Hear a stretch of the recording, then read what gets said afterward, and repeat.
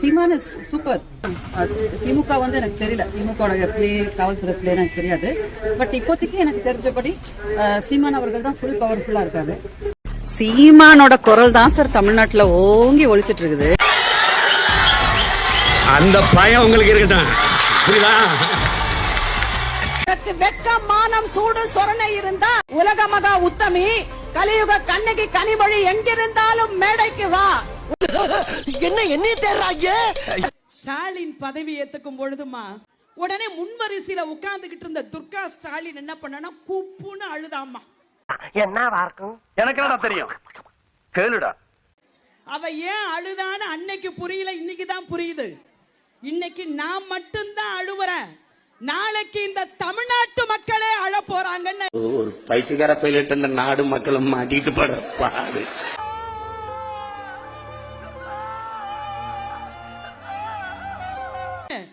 அழுவாம அழுதாமா துர்கா ஸ்டாலின்.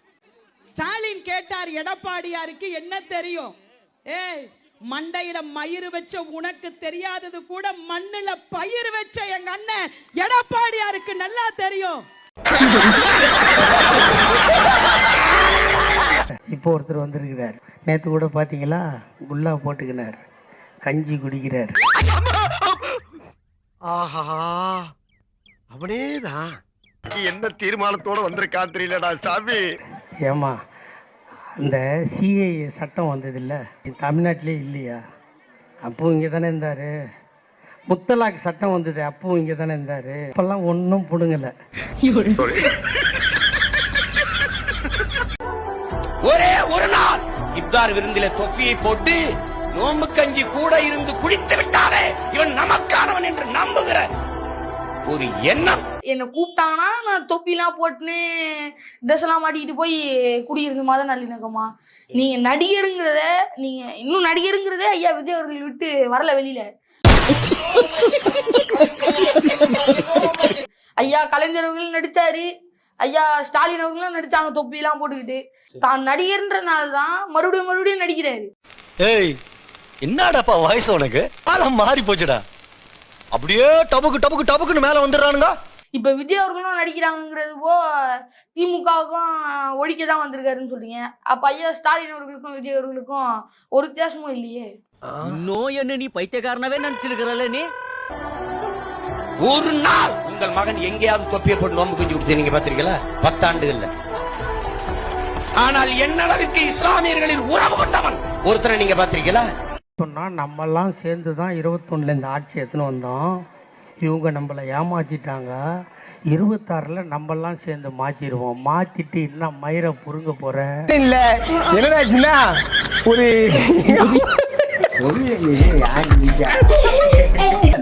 15 வருஷமா அந்த அம்மா அவதூறு பரப்பிக்கிட்டே இருக்கு. சரி, நாங்க என்ன நினைக்கிறோம், ஒரு கட்சி தலைவரா இருக்காரு, எல்லாம் ஒரு லீடரு, இவனுக்கு 2 பால். இவ்வளோ ஒரு 3வது ஒரு பெரிய கட்சியா இருக்கு தமிழ்நாட்டுல. அதான் விதிங்கிறது தம்பி. ஒரு மனுஷன் போய் பேசலாம், ஆனா ஏக்கர் கணக்கில் எல்லாம் பேசக்கூடாது. அசிங்கமான வார்த்தைகளை பிரயோகம் பண்றது, நான் அபார்ஷன் பண்ணிட்டேங்கிறது, குழந்தை இந்த மாதிரி எல்லாம் சொல்லும் பொழுது அந்த மன உளைச்சல் வருது இல்ல. ஒரு மனிதனுக்கு பொறுமைங்கிறது ஒரு அளவுதான் தம்பி இருக்கும். சாவு சாவும்ல செத்த பையில நீ நலமா இருந்தா ஒளிஞ்ச எனக்கு பத்தி நீ சாவும்ல செத்த பையில. ஒருத்தர் அவதூறு பரப்பிட்டு அசிங்கமா இருக்கு இல்லையா? என்னதான் ஒரு வெளியில பேசினா கூட நைட்ல படுத்து யோசிச்சு பார்த்தா அசிங்கமா இருக்கு இல்லையா? ஐயா இந்த அங்கிள் அழுறாரு.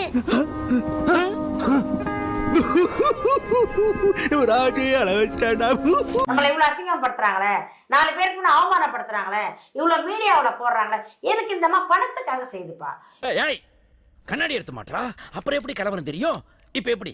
பரவாயில்ல, என்னோட வாழ்க்கை போச்சுன்னு ஒரு முறையாச்சும் சொல்லியிருக்கான். சீமானால என்னோட வாழ்க்கை போச்சு சொல்லியிருக்காங்களா? இல்ல. ஐயோ, இவன் என்ன ஜென்மம், சரியான சாக்கடையா இருப்பான் போல் இருக்கே. அதுக்கப்புறம் வந்து எத்தனையோ பேரை கல்யாணம் பண்ணிட்டாங்க அந்த அம்மா. 4 பேரை 5 பேரை கல்யாணம் பண்ணிட்டாங்க. கல்யாணம் பண்ணி இவரை விட்டுட்டு போய் தானே இன்னொருத்தர் கல்யாணம் பண்றாங்க. இவர் கூட தொடர்பு இருந்தா எப்படி இன்னொருத்தர் திருமணம் பண்ண முடியும்? எங்க அப்பா உலகத்துல தோசையை திரி போட்டு பாத்திருக்கேன், இப்ப இட்லியவே திரி போடுறானே. இவர் வேணான்னு விட்டுட்டு தான் இன்னொருத்தர் திருமணம் பண்றாங்க. அவர் வேணான்னு இன்னொருத்தர் திருமணம் பண்றாங்க. அவர் வேணான்னு இன்னொருத்தர் திருமணம் பண்றாங்க. நான் 2 பேரை ஏற்கனவே வச்சிருந்தேன். 2 பேரையா? 2 பேரா மாமி? இல்ல இது குறித்து பேசுவதற்கு திமுகவில் ஒருத்தருக்கும் தகுதி இல்லைன்னு சீமான் சரமாரியா கேள்வி. அதெல்லாம் கன்றி பொருட்டுங்க, இதெல்லாம் என்ன சொன்னாலும் திருந்தாதுங்க. யாரை குறிப்பிட்டு சொல்றாரு? இங்க பாரு, சீமான் எப்ப நான் சில வார்த்தைகளை பேச முடியாது தம்பி, தாய் செஞ்சு இதை விட்டுட்டு வேற இப்போ நான் சொன்னா அவர் மாப்பிள்ள மனசு கஷ்டப்படும். ஏற்கனவே அப்பள மாதிரி பொறிஞ்சு போய் கிடக்கு பாட்டு வேறவளுக்கு. அவர் என்ன கேக்குறாரு, ஆளுங்கட்சி முதலமைச்சரா இருந்து ஒரு கண்ட்ரோல் பண்ணலாம்ல. I don't care. நான் மட்டுமல்ல, நீங்கள் ஒவ்வொருவரும் ஐ டோன்ட் கேர் என்று சொல்லி நகர வேண்டும் சொல்றாரு. அதிமுக ஆட்சியில இருக்கிறப்போ இந்த தொல்லை எனக்கு வரல, திமுக எப்பெல்லாம் ஆட்சிக்கு வருதோ அப்பதான் இந்த வழக்கும் விஜயலட்சுமியும் பேசுறாங்க அப்படின்னு சொல்லிட்டு அவர் சொல்றாரு. கண்டு விட்டாளையா, சூச்சமத்தை கண்டு விட்டாளே. 4 षटकांचा असणारा सामना, मुलींचा सामना पाहिला तर महिलांचं क्रिकेट या ठिकाणी खेळलं जाते. சார் வடகரி षटकार 4 षटकांचा सामना असणार आहे. शुभंगी त्या थोरात यांची पुन्हा एकदा मारलं या ठिकाणी 6 और 6.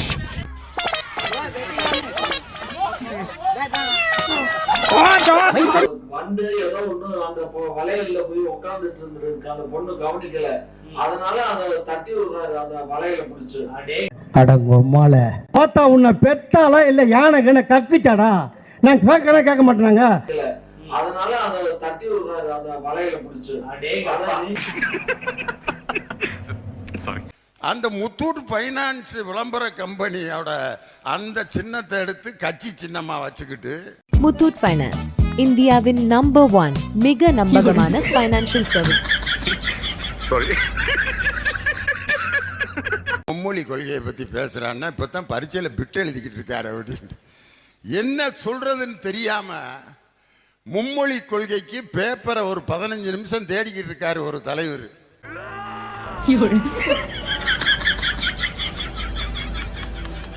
போறப்ப அந்த ஃப்ரீ பஸ்ல அந்த உரிமை பயணத்துல விடியல் பயணத்துல உட்கார்ந்து போறப்ப அது ஒவ்வொரு காட்சியும் பார்க்கணும். பக்கத்துல அரசு பேருந்துகளில் பெண்கள் ஓசி பயணம் மேற்கொள்வதாக அமைச்சர் பொன்முடி பேசியது சர்ச்சையை ஏற்படுத்தியிருந்தது. இப்பொழுது பார்க்கலாம். இப்ப பஸ்ல எப்படி போறீங்க? இங்க இருந்து கோயம்பேடு போகணும்னாலும் இங்க இருந்து எங்க போகணும்னாலும் எல்லாம் கான்ட்ராக்ட் கூட கேவலமா தான் பாக்குறாங்க எங்களை. இந்த டிக்கெட்டா உட்கார தர 3 ஸ்டேஜுக்கு அப்புறம் தான் டிக்கெட்டே கொடுக்குறாங்க. நாங்க ஒன்றும் கேட்கல, நீங்களே தான் கொடுத்தீங்க. நீங்களே கொடுத்துட்டு இப்படி பேசணும் எப்படி? அது இது நாங்களா கேட்கல, அவங்களா தான் கொடுத்தாங்க. எல்லாம் ஓசி. எதுல போறீங்க? ஓசியில போறீங்க. உங்க பரம்பரை வாங்கி காசு போட்டு வாங்கின சொந்த பேருந்து அது.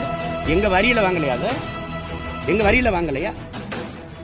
நாங்க பிச்சைக்கார பை மக்களா? நாங்க நீங்க இருக்கிற இந்த உயரங்களா நாங்க போட்ட பிச்சை. எங்க ஆத்தா அலப்ப, என் அண்ணன் தம்பி, என் மாமச்சம் போட்டா ஓட்டு பிச்சை.